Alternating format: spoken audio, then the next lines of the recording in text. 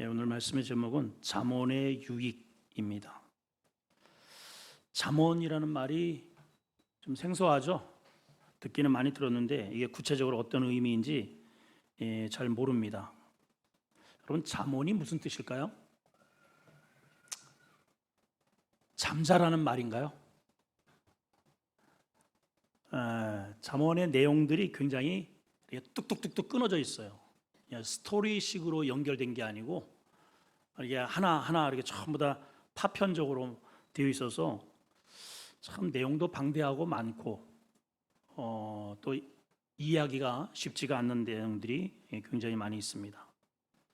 자, 잠언의 한자어를 한번 보면 이렇게 되어 있습니다. 바늘잠, 바늘 침이라고도 하고 바늘잠 말씀언입니다. 그 잠 위에 이렇게 되어 있는 게 대나무 죽자죠.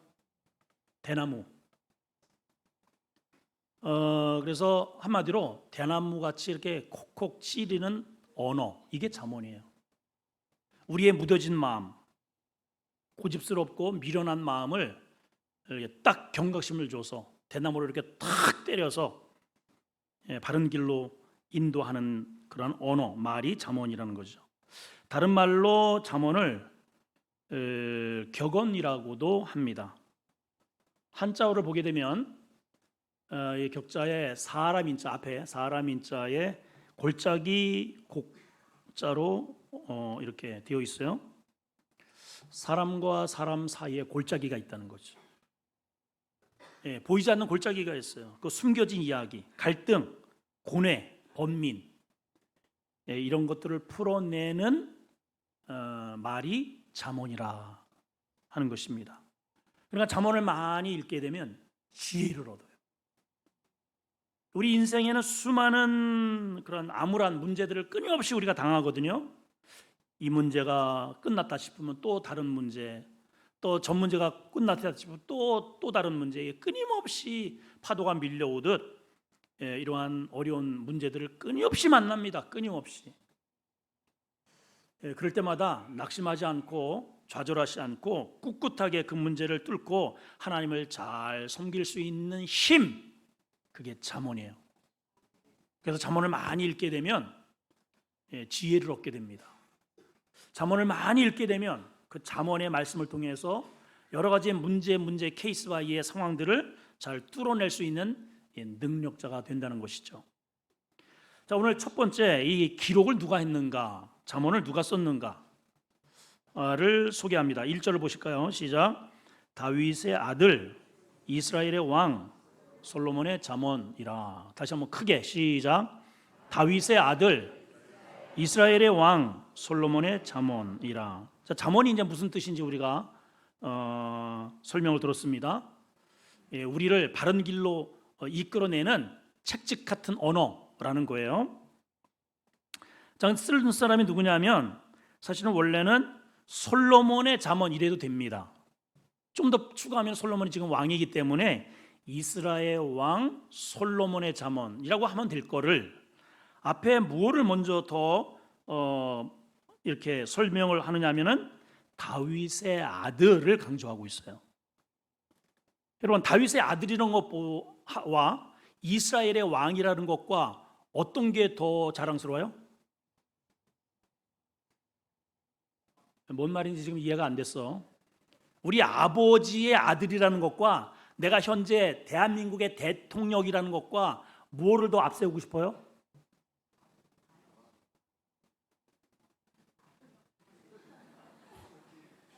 사람들이 도대체가 뭔 말인가 이해를 못하나 지금.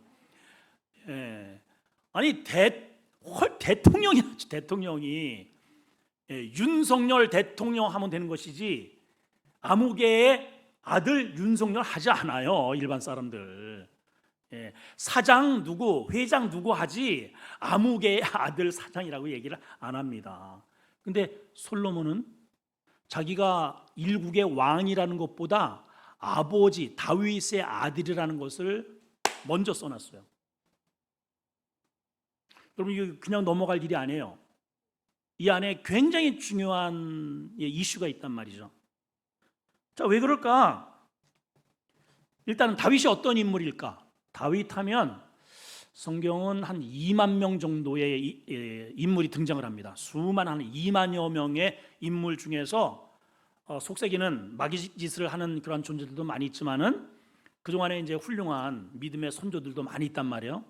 근데 그 중에서 유일하게 하나님께서 넌 내 마음에 든다, 이렇게 칭찬을 극찬을 한 사람이 하나 딱 있는데 그 사람이 누구냐면 다윗이에요. 그 사람이 다윗이야. 그러니까 이 솔로몬이 지금 누구냐면 자기가 왕으로서의 이 지금 잠언을 쓴다는 것을 강조하는 것보다 하나님이 인정한 그러한 아버지를 둔 그런 아들이라는 것을 더 자랑스럽게 여긴다는 거죠. 뿐만 아니고 그 아버지로부터 하나님을 어떻게 섬겨야 하는지, 백성을 어떻게 다스려야 하는지, 또 나라는 어떻게 통치해야 되는지, 아버지로부터 수많은 인생의 지혜와 교훈과 갈등의 상황, 다윗은 많은 전쟁을 치렀잖아요. 그로부터 원수를 만났을 때 어떤 자세로 어떻게 하나님의 말씀을 가지고 풀어가야 하는지 그 삶을 통해서, 말씀을 통해서 생생히 봤거든요. 더군다나 아버지가 돌아가시기 직전에는 성전을 건축하고 싶어 했습니다. 근데 하나님이 막으셨어요. 너 피 너무 많이 흘려서 안 돼. 내 집은 평화의 나라인데 너 너무 피를 많이 흘린 그런 손으로는 내 집을 지을 수 없어. 내가 네 아들을 통해서 지을게. 그럼 그러세요 하나님? 그걸 삐질 만한데 그 아들이 짓도록 자기의 사비를 다 들여가지고 모든 것들을 준비를 시켜줍니다. 더군다나 여러분, 성전을 이렇게 지으면 우리 교회도 마찬가지지만 어느 교회든지 성전을 그 거룩한 일을 하는 데는 꼭 마귀가 역사해. 그렇죠 여러분? 거의 그래요. 하나님의 교회를 짓지 못하도록 반드시 어둠의 영이 항상 방해를 놓게 돼 있어요. 우리 교회를 짓는 데에도 내부적으로 외부적으로 막 술렁술렁 하더라고요. 끊임없이 지을 때 하여튼 그 내내 그래요. 내내 마귀가 가만두질 않더라고요. 자, 그러니까 그런 것을 대비해서 소모적인 논쟁, 소모적인 싸움을 대비하기 위해서 이 다윗이 세세한 세칙을 전부 아주 마련을 해 놓습니다. 그리고 성전을 지으면 이제 하나님 앞에 예배를 드릴 거 아니에요? 거기에 필요한 제사장의 직무, 행정적 조직, 군대 조직, 찬양대 구성, 솔로몬이 어린 나이에 왕으로 즉위해서 그 기라성 같은 그런 원로들이 절대로 얕잡아 보지 못하도록 신정국가를 잘 이뤄갈 수 있도록 혼신을 다해서 서포터하고 마련하고 체제를 전부 준비해 준 그러한 사람이 누구냐 하면 여기 오늘 소개하는 다윗이란 말이에요. 데이비드. 아버지의 이런 배려로 인해서 솔로몬이 어린 나이에 즉위를 해서도 백성들이 그러잖아요. 아버지는 정말 훌륭한데 이제 꼬맹이야 꼬맹이. 저 친구가 이 아버지가 그렇게 훌륭하게 해놓은 것들을 잘 이어갈까? 째려봐요 전부. 얕잡아봐요. 우습게 봐요. 아버지만 죽어봐라. 네가 어떻게 이 거대한 이 나라를 네가 무슨 힘으로? 근데 그 아버지의 그 든든한 믿음의 배경이 솔로몬은 오히려 그 아버지가 이뤄놓은 것을 더 번성하게 하고 발전시키는 기반을 아버지가 딱 만들어 놓습니다. 그래서 왕 중에 저 북이스라엘의 한 20여 명의 또 남유다에도 그 수많은 왕들 중에 왕 중에서 최고로 번영과 축복과 은혜를 누린 왕이 솔로몬 시대라 이 말이에요. 그게 아버지의 믿음의 후덕이었다 그 말이죠. 그래서 자기가 왕 된 것도요, 그것보다 더 다윗의 아들이라는 것을 더 자랑스럽게 여기고 있어요. 우리 한번 여기서 한번 이렇게 잠깐 멈칫하고 생각해 볼 게 있지 않습니까? 나는 우리 자녀에게 아버지로서 엄마로서 어떠한 존재로 기억될 것인가 한번 생각해 봐야 되잖아요. 우리 엄마는 나만 만나면 잔소리. 우리 아버지는 나만 만나면 돈 좀 안 내냐? 돈 올려라, 돈. 그러한 아버지로 기억되기를 원하십니까? 그런 엄마로 기억되기를 원하시나요? 자기가 왕이 되었음에도 불구하고 자기가 현재 왕이라는 것보다 자기에게 이렇게 하나님을 잘 섬기고 어려운 문제들을 잘 해결할 수 있는 인생의 노하우를 알려준 자랑스러운 아버지를 먼저 앞세우는 그러한 믿음의 부모가 되기를 여러분 기도하시길 바라요. 그런 부모가 돼야죠. 그러니까 이것을 먼저 이렇게 딱 먼저 앞세운 것은 다윗의 아들 이스라엘의 왕 솔로몬의 자문이다. 이렇게 말한 것은 내가 앞으로 말할 이 모든 것들은 당신들이 생각하는 그렇게 훌륭하게 여기는 신본주의 정책을 펼치고 우리나라를 이렇게 부강하게 만들고 하나님의 어깨에 동무를 하면서 뛸 만큼 기뻐하시는 그 아버지의 교훈이 그대로 이어지는 거다라는 뜻이에요, 여러분. 아이고, 여기서 딱 아멘을 좀 하면 얼마나 좋을까? 왜 이렇게 잠깐만 놓치지? 예, 우리 이제 아내가 잠깐만 그래요. 여보, 목사님, 그때는 너무 말씀에 집중해서 아멘을 못하는 거니까 잠깐만 강조하지 말래. 그러는 건가요, 여러분? 아, 그런 거로구나. 솔직하셔야 됩니다. 예, 그런 거로구나. 자, 그러면 우리 이제 한 텀 이게 이 한 말씀 속에서 우리에게 이렇게 뭉클하는 게 있잖아요. 아, 그래, 이렇게. 그래야지. 내가 살아간 흔적은 반드시 남게 되어 있습니다, 여러분. 그리고 그 모습이 하나님 앞에 반드시 심판으로 다가와요. 악을 뿌리는 자는 악으로, 선을 뿌리는 자는 선으로 반드시 하나님께서 돌려주실 때는 배로 돌려주십니다. 그랬잖아요, 여러분. 주라. 그러면 내가 네가 준 것을 흔들어 넘쳐서 일단 흔들어 아주 꼭꼭 그래가지고 꽉꽉 누르고 넘쳐서 내가 너에게 줄게. 그러면 생각을 해보세요.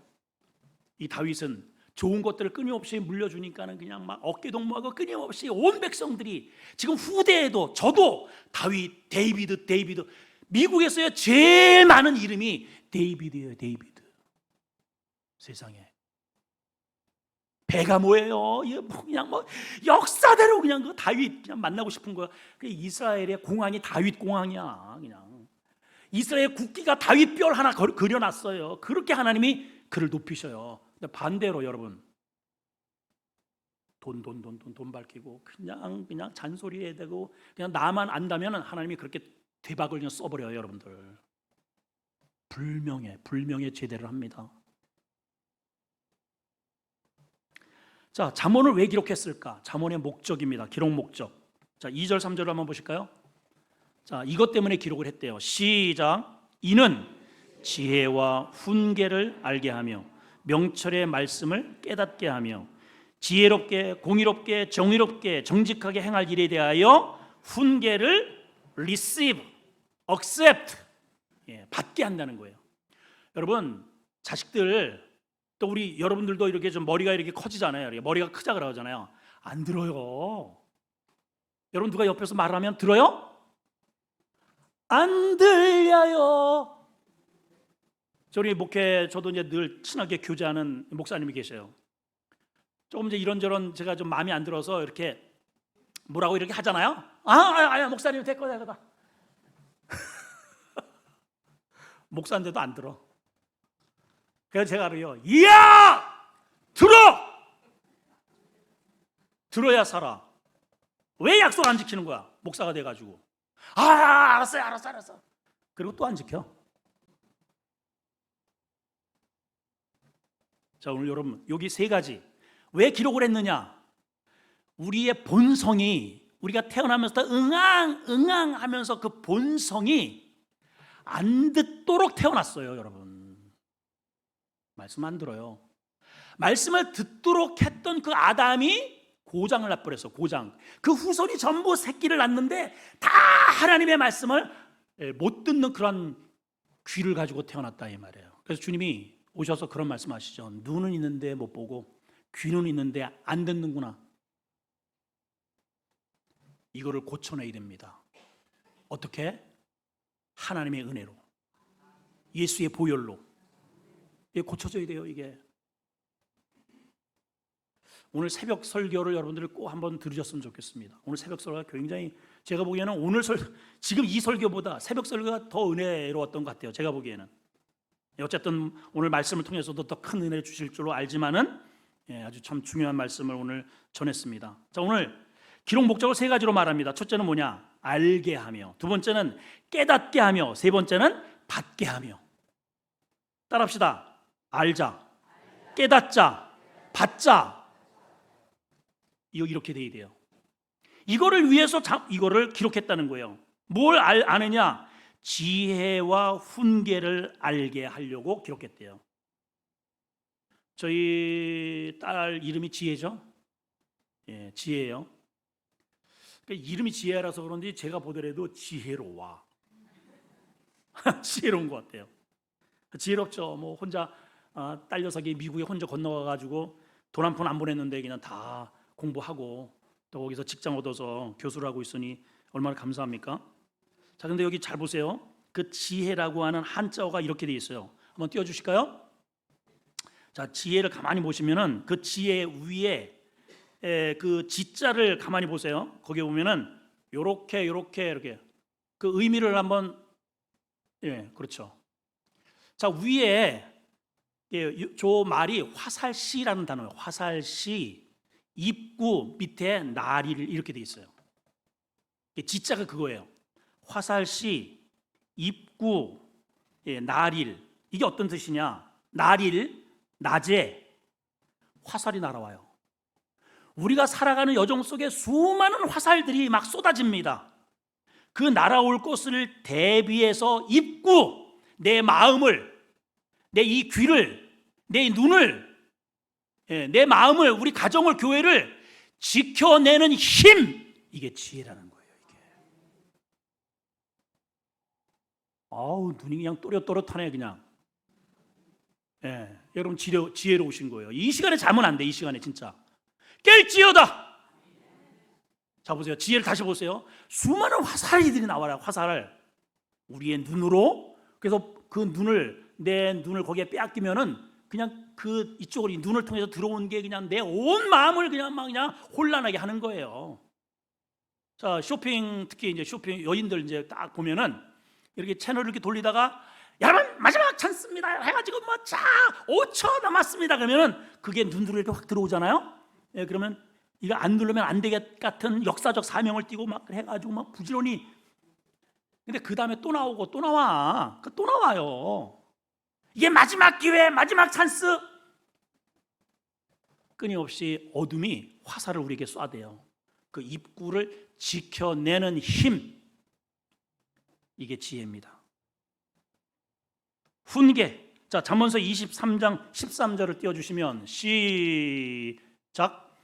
아이를 훈계하지 아니하려고 하지 말라. 책찍으로 그를 때릴지라도 안 죽는다. 어떤 분이 여기에 막 그냥 은혜를 받아가지고 죽도록 패버려야지. 너 하나님이 공식적으로 엄마한테 허락을 했더라. 이리 와. 이런 말이 아닙니다. 잘못했을 때 따끔하게 몸이 알아듣도록. 왜냐하면 어린아이는 본성이 악하기 때문에 딱 태어날 때요 꽉 움켜쥐고 태어난다는 거예요. 이러고 욕심으로 마음에 안 들면은 그냥 울어제치고 막 그 꼬맹이가 뭘 안다고. 엊그저께 세희 부부가 지금 아직은 이제 교회 안 나왔는데 저희 집에 왔어요. 꼬맹이를 데리고 왔어요. 이제 아직 저 100일이 아직 안 됐습니다. 근데 눈도 맞추고 가지고 얼마나 이쁜지 진짜. 제가 아이를 좋아하는 거 보니까 이제 저도 볼 때가 된 것 같아요. 너무 이쁘더라고 정말. 근데 이 꼬맹이가 이제 잘 놀다가도 조금 자기가 마음에 안 들고 승이 나면은 이제 울어. 그러면 이렇게 앉잖아요. 그러면 안아도 안 되고 이렇게 돌아다녀야 돼. 그래서 돌아다니다가 또 쓰면은 또 울어.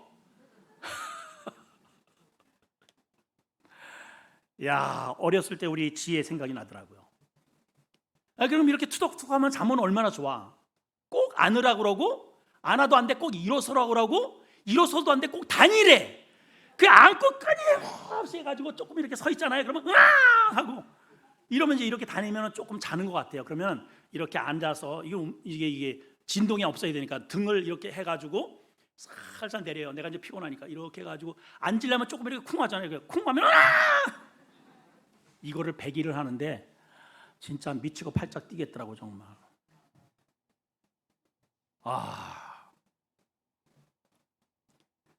아이들은 본성이 악해요. 본성이 자기의 고집이 마음에 안 들면 그냥 울어 제끼는 거예요. 그냥 먹을 거 잔뜩 이렇게 해가지고 지금 저 장난감이 널려 있는데도 다른 친구 이렇게 와가지고 이거 하나 가지려면 응앙 하고 2개, 3개 막 이렇게 보따리로 짊어지는 거 보셨잖아요, 여러분. 그죠? 여러분들도 다 그랬어요. 뭐 이렇게 아닌 것처럼 아이고. 그러니 들어요. 안 들으니까 그러니까 말로 안 된단 말이에요. 그래서 몸이 알아듣도록. 몸이 알아듣도록 그 몸에다가 책찍으로 표시를 하라는 거예요, 여러분. 그게 초달입니다. 초달. 그래야 바른 길을 간다는 것이죠. 명철이라는 것은 밝을 명자예요. 깨달아 밝히는 겁니다. 이게 우둔하면 하나님께서 뻔히 보여주시고 말씀을 하시고 지금 하나님은 참 또 화가 났는데 몰라. 그걸 미련하다고 하잖아요. 잠언을 하나님께서 왜 우리에게 주셨느냐? 깨달으라고, 지혜로우라고. 이해가 되시죠? 자, 이러면 어떤 삶을 살게 되는가? 이렇게 된대요. 3절 다시 한번 보십시다. 시작. 지혜롭게, 공의롭게, 정의롭게, 정직하게 행할 일에 대해서 훈계를 받게 된다는 거죠. 받게 된다는 거예요. 뭐 거의 다 비슷비슷한 말인데 제가 종종 체다카라는 단어를 썼습니다. 체다카라고 했잖아요. 다른 사람이 힘들 때 그 힘든 것을 내가 공감해 주는 마음이에요. 여러분, 부부 가운데에 가장 힘든 게 뭐예요? 나는 지금 죽겠는데 코를 드르렁드르렁 거리고 집에 밥이 끓는지 죽이 끓는지 모르는 거 힘들죠, 여러분? 그런 사람은 못 삽니다. 상대가 어려울 때 내가 공감해 주는 마음, 그게 체다카예요, 여러분. 그게 체다카. 그게 공의예요. 그게 정의고. 근데 마귀가 그거를 우리 안에서 죽여버린 거죠. 그리고 네가 하나님 되라는 거야. 네 마음대로 원하는 대로 살라는 거예요. 저쪽에서는 지금 아내는 자식은 죽으라고 먼지를 뒤집어 쓰고 살림살이를 하는데 그거 느끼지 못해요. 나만 편안하는데. 너희 안에 하나님의 공의, 하나님의 정의, 하나님의 정직이 살아 움직이도록 하라는 거예요. 이게 하나님께 영광 돌리는 지름길이라는 것이죠. 자, 이렇게 되면 우리에게 어떤 유익이 주어지느냐? 오늘 제목이 잠언의 유익입니다. 잠언의 유익. 어떤 유익이 주어지느냐? 자, 4절 시작. 어리석은 자는 슬기롭게 되고 젊은 자에게는 지식과 근신함을 주기 위한 것이다. 자, 첫 번째는 어리석은 자에게는 슬기롭게 하기 위한다. 이런 말입니다. 자, 어리석은 자가 어떤 뜻인지 혹시 아세요? 이게 사실은 2단어입니다. 어리석다라는 말이에요. 아니, 목사님, 그 말이 말인데요. 다시요. 어리석다는 것은 석다라는 뜻이에요.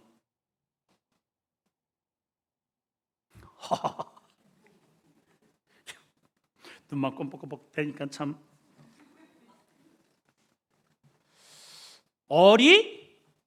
석다라는 뜻이 어떤 뜻이냐면 녹다는 뜻입니다. 녹았다, 비었다. 자, 눈이 이렇게 덮여 있습니다. 눈이 잔뜩 와 있는데 겉으로는 표시가 안 나는데 속에서는 눈이 녹아가지고 비가 줄줄줄줄 이렇게 새서 텅 비어 있어요. 그거를 푹 밟으면 푹 꺼집니다. 그런 상태를 말하는 거예요. 겉으로 보기에는 멋져 보여요. 아름다워요. 예. 화려하게 차려입었어요. 근데 속이 텅 비어 있는 게 얼이 썩어 있다라는 뜻이에요, 여러분. 어떤 사람은 속이 이런 말을 하잖아. 아우, 저 사람은 속이 단단해. 꽉 찼어. 배추가 이만하는데 이렇게 눌러보니까 푹 들어가 버려. 얼이 썩은 거예요. 이해가 되시죠, 지금? 아우, 저 사람은 어째, 저 자녀는 어째 이렇게 속이 단단해? 그 단단한 배추를 이렇게 딱 만져보면 단단해요. 그 속이 꽉 차서 그래. 속이 텅 비어서 내가 누군지, 내가 어디에 서서 무엇 때문에 어떤 목적을 향해서 가고 있는지 살면서도 몰라. 이것을 얼이 썩었다고 말을 한다, 이 말이에요. 왜 그러느냐? 하나님의 교훈을 받으려고 하지 않아요. 자, 그래서 오늘 새벽에 제가 이런 이야기를 했습니다. 공부가 뭐냐, 공부. 여러분, 우리가 공부 많이 한 사람, 공부 적게 한 사람, 또 우리 자녀들에게 공부해라, 공부해라 그러죠? 그러죠? 예, 공부. 여러분, 공부라는 뜻이 뭐예요, 여러분? 공부는 머리로 지식을 습득해서 익힌다는 뜻이에요. 익힌다. 숙달한다는 게 공부예요. 그래서 공부를 중국어로 콩푸라고 해요.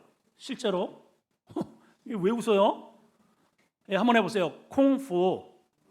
쿵푸가 뭐예요? 얍! 하이! 이게 쿵푸잖아, 여러분. 그 사람은 매일 몸으로 무술을 익혀 놓은 사람이에요. 그래서 적들이 오게 되면은 몇 명이 달라붙어도 샥샥샥샥샥 이렇게 해가지고 그냥 단번에 끝내버려요, 여러분. 그게 익숙되어 있는 거예요. 공부는 학식을 내 머리에 집어넣어서 이런저런 상황이 있을 때 그것으로 힘을 쓰는 사람이 공부한 사람이에요. 이해가 되시죠? 그럼 우리가 무엇에 공부가 되어야 되느냐? 하나님의 말씀에, 지혜에. 이런저런 이런 문제가 있을 때 그 문제는 날아오는 화살이잖아요. 이런 것들을 어떻게 내가 잘 처리해 가는지가 내 마음에 익숙하게 학습이 되어 있어야 돼요. 이게 안 돼 있으면은 얻어 터지는 거죠, 계속. 아무것도 아닌 것에 그냥 맞아서 그냥 깨어지고 맨날 뭐 그냥 신앙을 조금 일 좀 시키려면은 시험 들을 때 맨날.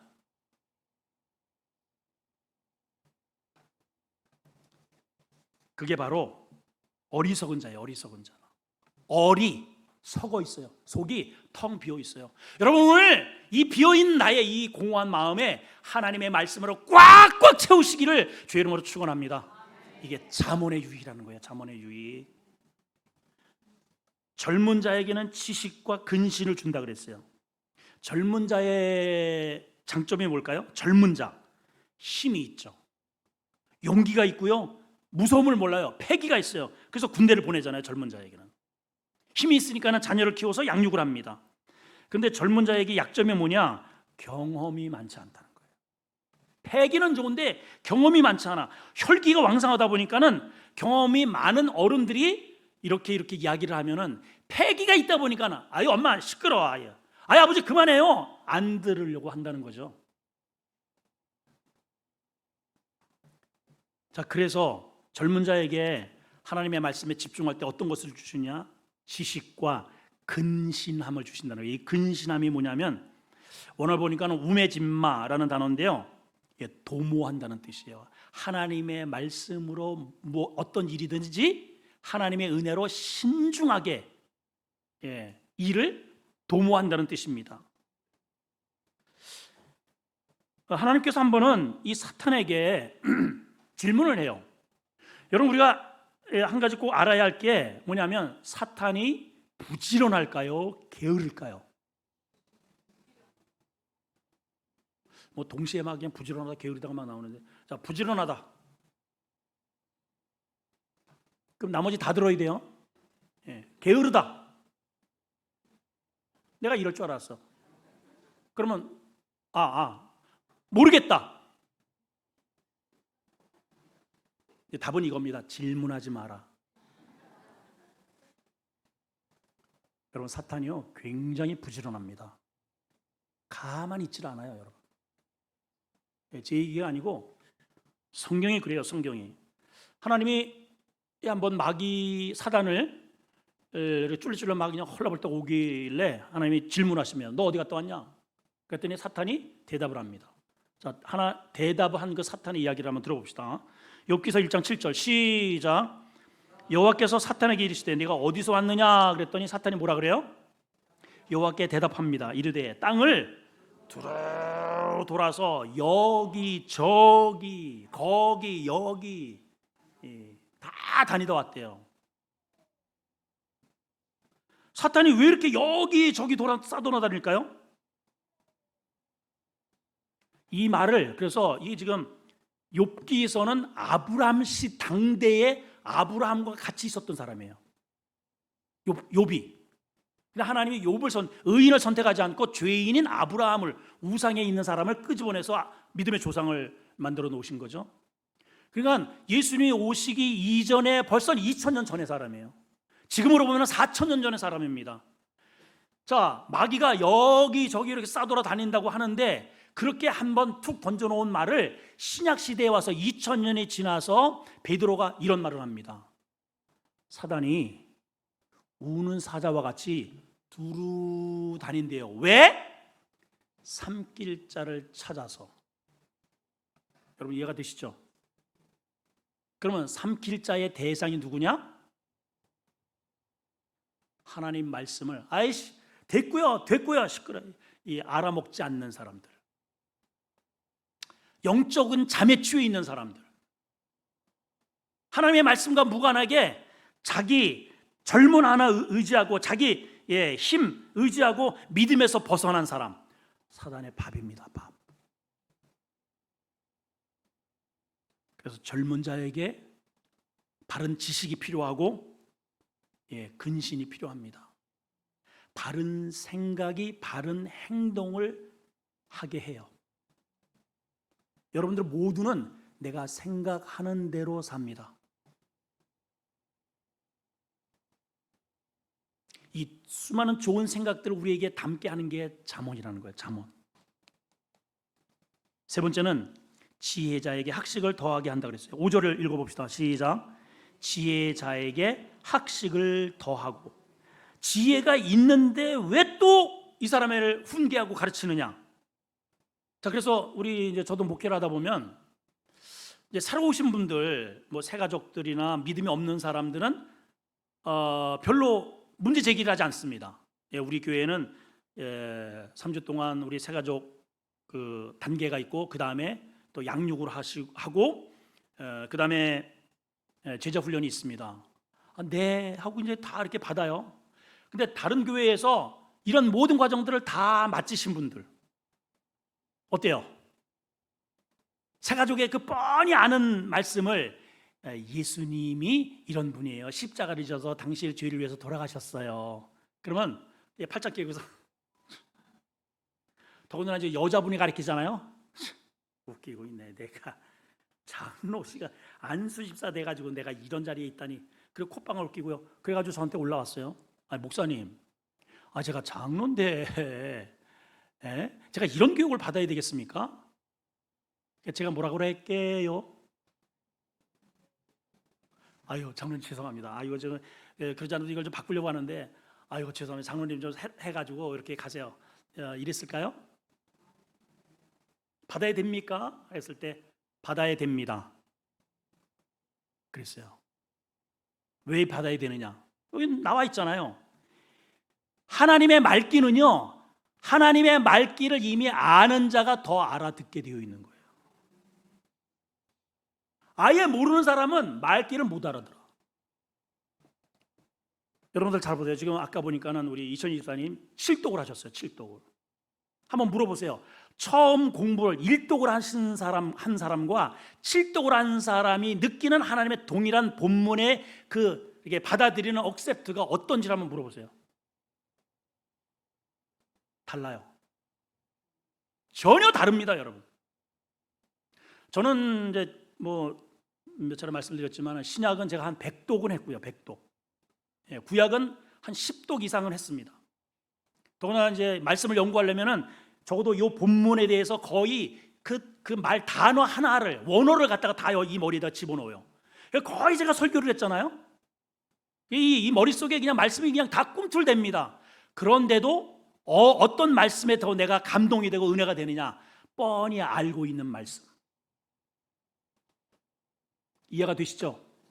그래서 은혜는 누가 받느냐 하면은 여기 생판 모르는 사람은 저기 무슨 뜻인지도 몰라.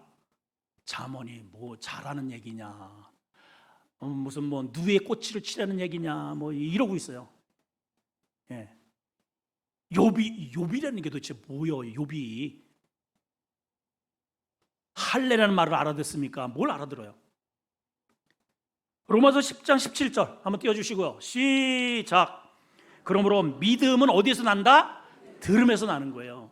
똑같은 본문을 2번, 3번, 5번, 10번 계속 많이 듣는 자일수록 믿음이 더 풍성해지는 거예요. 믿음은 들음에서 나며 들음은 그리스도의 말씀이다 그랬어요. 그러니까 아까 제가 말하잖아요. 누가 제일 은혜를 못 받느냐? 같은 이거 본문이니까 내가 아는 거예요. 팥장을 딱 끼는 사람. 더 이상 그분은 절대로 발전이 없습니다.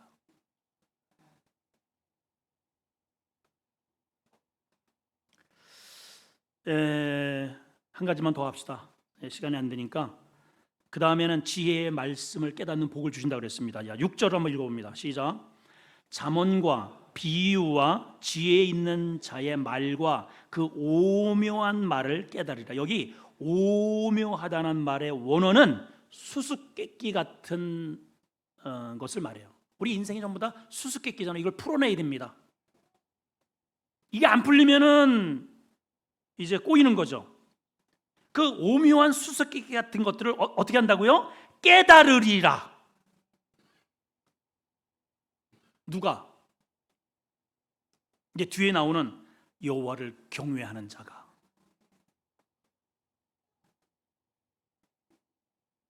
오늘의 결론은 이겁니다. 한번 따라할까요? 여호와를 경외하자. 오늘 새벽에도 주시는 말씀인데 결론입니다. 큰 소리로 읽습니다. 시작. 여호와를 경외하는 것이 뭐의 근본이라고요? 지식의 근본이다. 모든 지식의 근간이 여호와를 경외하면서 나온다. 이런 말이에요. 미련한 자는 지혜와 훈계를 멸시하느니라.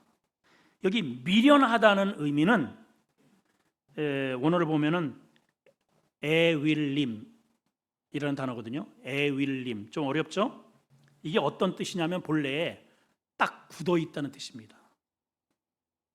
시멘트를 발랐는데 딱딱하게 굳었어요.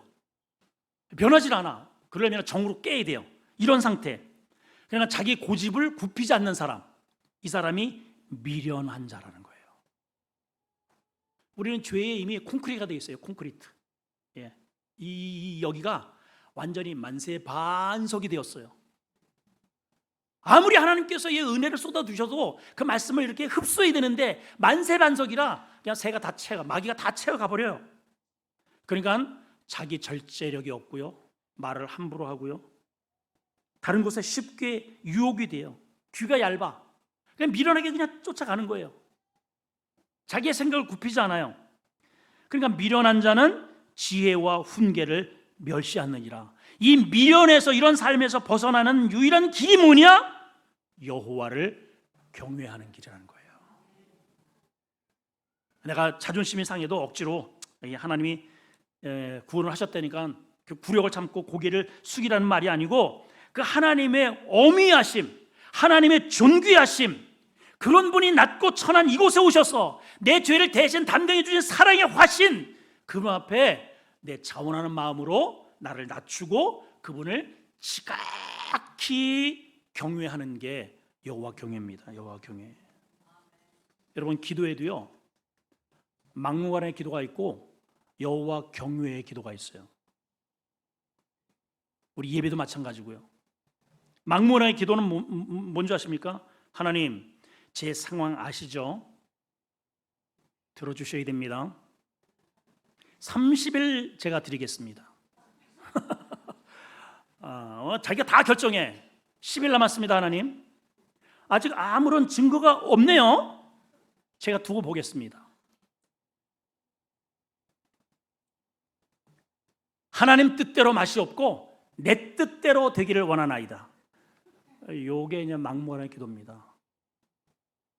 아니, 하나님은 살아계시고 능력이 계시다는데 왜 이거 하나 안 들어주세요? 자기가 딱 틀을 세워놓고 하나님을 그 틀에다가 끄집어 자꾸만 당겨요. 이거는요, 아까도 뭐라고 얘기했습니까? 미련한, 애윌림의 상태예요. 자기의 딱 굳어져 있는 그 주의 틀을 절대로 깨지 않는 거죠. 참 안 변해요. 나이가 들수록 안 변합니다. 오늘 여러분, 이게 마지막 기회이라고 생각을 하세요. 그래, 내가 이제 주님 만날 날이 얼마 안 남았는데 이런 식으로 내가 살아서 내가 덕본 게 무엇이냐. 오늘 내 이 고집된 자아를 깨부수자. 좀 이런 결단이 여러분들에게 일어났으면 좋겠습니다. 할렐루야. 미련함을 딱 버리고 하나님을 경외하는 것으로 결단하십시오. 하나님을 경외하는 기도는 뭐냐? 이거예요. 주님도 자기의 뜻이 있었잖아요. 하나님, 이 잔을 내게서 떠나가게 하시옵소서. 이게 본래 예수님께서 십자가를 그 고난을 앞에 두고 솔직한 고백입니다. 근데 우리는 그 다음에 기도를 할 수 있어야 돼요. 그 다음에 기도. 하나님, 요번까지 이 문제가 해결되길 바랍니다. 하나님, 요번에 꼭 이 계약이 꼭 체결되길 원합니다. 요번에는 꼭 우리 남편이 꼭 승진하기를 원합니다. 이게 우리의 솔직한 고백이죠. 그게 기도란 말이에요. 근데 우리는 그 다음에 기도를 들을 수 있는 게 경외입니다. 경외. 그게 뭐냐? 그러나 하나님, 저는 이렇게 원하지만 내 뜻대로 마시고 아버지의 뜻대로 되기를 원하나이다. 그러니까 여러분, 우리 투표할 때 투표하고 나서 시험 들고 교회 떠나고, 그거는 하나님을 무시하는 행동입니다. 무시하는 행동. 그게 무슨 신앙이겠어요, 여러분? 그런 사람은 돼도 안 돼. 예. 그런 사람들이 직분을 받으면 교회 속속입니다. 떨어져도 우리 미리 투표가 있어요. 시험이 있어요. 또 계약을 앞두고 있습니다. 안 된다 할지라도 어린 다니엘을 보세요. 너 이 음식을 안 먹고 이 신상에다가 절 안 하면은 불에다가 쳐 넣을 거야. 뭐라고 대답을 합니까? 그러세요? 그래요. 그러세요? 집어넣으면 하나님이 우리를 건져주실 거요. 일단 그런 믿음이 있어요. 하나님이 내 편이란 말이에요. 하나님이 건져주십니다. 그럼 안 건져주시면 어떻게 할 거예요, 여러분? 하나님 떠날 거예요? 이번에 꼭 계약이 체결돼야 됩니다. 체결 안 되면 어떨 거냐고요, 여러분. 이거 꼭 낫게 해주셔야 됩니다. 저는 낫게 될 줄로 믿습니다. 안 나오면 어떨 거냔 말이에요. 안 나오면 우리는 그 다음이 진행돼야 돼요. 그게 뭐다? 여호와 경외예요. 경외. 하나님이 이렇게 하시든 저렇게 하시든 그분의 뜻에 나를 맡기는 겁니다. 다니엘 세 친구가 그렇게 기도하잖아요. 하나님이 우리를 불 가운데 건져내실 거고요. 저희는 그거를 믿어요. 그리 하지 않으실지라도 나는 절대로 금신상에 절 안 합니다. 이런 믿음이 하나님을 경외하는 거예요. 그러니까 하나님께서 그 모습을 보고 옳았구나 그래. 야, 너 어쩜 그렇게 어린데 어쩌면 그렇게 신퉁방퉁하니 꼬부랑퉁하니. 그래가지고 하나님이 먼저 불구덩이에 가서 기다리셨어요. 들어간 사람은 3사람, 안에서 바깥에서 보니까는 4사람이 다녀요. 그 한 사람이 누구예요? 하나님이에요. 하나님. 여러분, 우리 좀 이런 믿음을 좀 가지자 말이에요. 하나님 앞에 이 세상 것 가지고, 썩을 것 가지고 딜하지 말고, 이렇게 해 주시면 제가 이렇게 하겠습니다. 이러한 싸구려 신앙하지 말고, 그리 하지 않으실지라도 저의 믿음은 변함이 없습니다. 이게 경외예요, 경외. 이런 자는요, 별의 별 인생의 이런저런 수많은 굴곡, 이 안에요, 돈 문제, 이 관계의 문제, 뭐 온갖 음란의 문제, 우상의 문제가 뭐 인생의 모든 문제가 다 나와요. 이래도 흔들리지 않는다 라는 메시지라 이 말이에요, 여러분. 이게 잠언입니다. 이 잠언의 유익을 저와 여러분 고스란히 받아 누리게 되시기를 주의 이름으로 축원합니다. 기도하겠습니다. 하나님,